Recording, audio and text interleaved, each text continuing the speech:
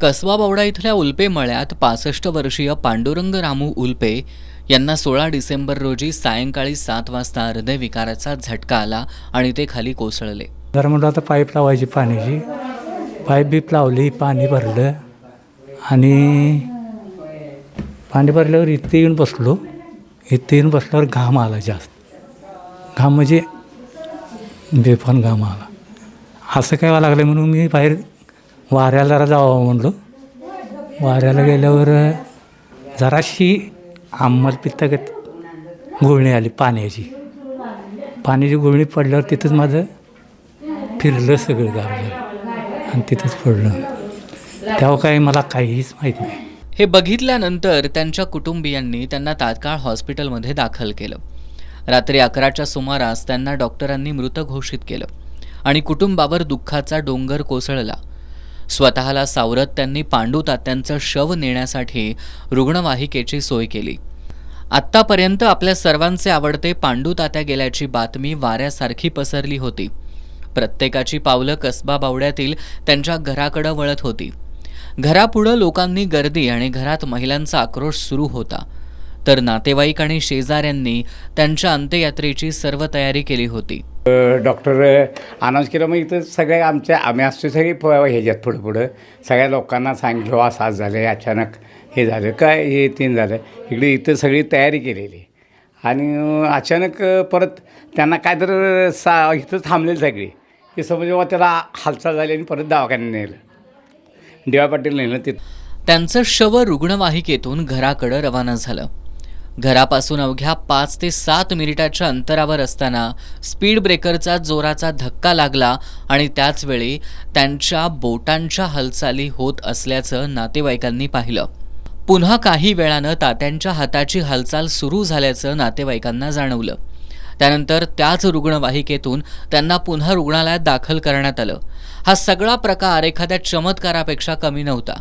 जणू देवतारी त्याला कोण मारी अशीच अनुभूती सगळ्यांना देऊन गेला. पांडुरंग तात्या हे माळकरी आहेत. ते वयाच्या 10-12 वर्षांपासून पंढरपूरची वारी करतायत. त्यामुळं साक्षात पांडुरंगच पावला अशा भावना त्यांचे नातू रोहित रामाणे यांनी व्यक्त केली आहे. त्यांना अचानक स्पीड ब्रेकरवरून 1-2 वेळा त्यांना धक्के लागल्यानंतर जरासं त्यांचं श्वासोश्वास झाल्यागत झाला. हाताची बोटे अशी हलण्याची हालचाल बघून ॲम्ब्युलन्स साईडला घेऊन एकमेकांनी विचारलं, असं असं बघितलं. त्यानंतर जरा साधारण वाटल्यानंतर लगेचच गाडी डी.वाय. पाटील हॉस्पिटलला घेऊन गेलो. तिथे कंडिशन अत्यंत गंभीरच होते. पण डॉक्टरांना म्हटलं काय असेल ते असेल, तुम्ही तुमच्या पद्धतीने उपचार करा, काय होईल ते आता आमच्या नशिबाची साथ. म्हणून डॉक्टरांनी उपचार चालू केले. दुसऱ्या दिवशी त्यांच्या भाचा आलेला, तो इथंच थांबलेला रात्रभर. सकाळी त्यांनी थोडी हाक मारल्यानंतर जराशी त्यांना शुद्ध आल्यासारखे डोळे उघडून पाहिलेत. डॉक्टरांनी त्यांना प्रॉपर उपचार वगैरे नंतर चालू केल्यानंतर त्यांनी रिस्पॉन्स दिला. ते गेले 45 वर्ष पांडुरंगाच्या सेवेत आहेत. 45-50 वर्षे बावड्यातील मंडपात त्यांची विण्याची वगैरे सेवा ते अखंडपणे राबवतात. वारीला वगैरे ते चालत दरवर्षी आपल्या मित्रांसोबत वारकऱ्यांच्यासोबत जातात. जे काही वारकरी संप्रदायातील कुठेही कार्यक्रम असू दे, हरिनाम गजर वगैरे असू दे, पारायण सामुदायिक सोहळ्यात त्यांची आवर्जून उपस्थिती असते. त्यांना साक्षात पांडुरंग उल्पेंना विठ्ठल पांडुरंगच पावला असं म्हटलं तर काही हरकत नाही. 30 डिसेंबर रोजी त्यांना रुग्णालयातून डिस्चार्ज देण्यात आला. जी लोक तात्यांच्या अंत्ययात्रेसाठी आली होती त्याच लोकांनी आणि नातेवाईकांनी मोठ्या आनंदानं फुलांच्या पायघड्या घालून त्यांचं स्वागत केलं. सध्या त्यांची प्रकृती स्थिर आहे. त्यांची पत्नी बाळाबाई उल्पे या त्यांची दिवस रात्र सेवा करतायत. आता इथून पुढंही आपण आजन्म विठ्ठल सेवेत लीन राहणार असल्याचं पांडू तात्यांनी सांगितलं. त्याचा शेवटपर्यंत चालू राहणारच, जोपर्यंत आहे तोपर्यंत.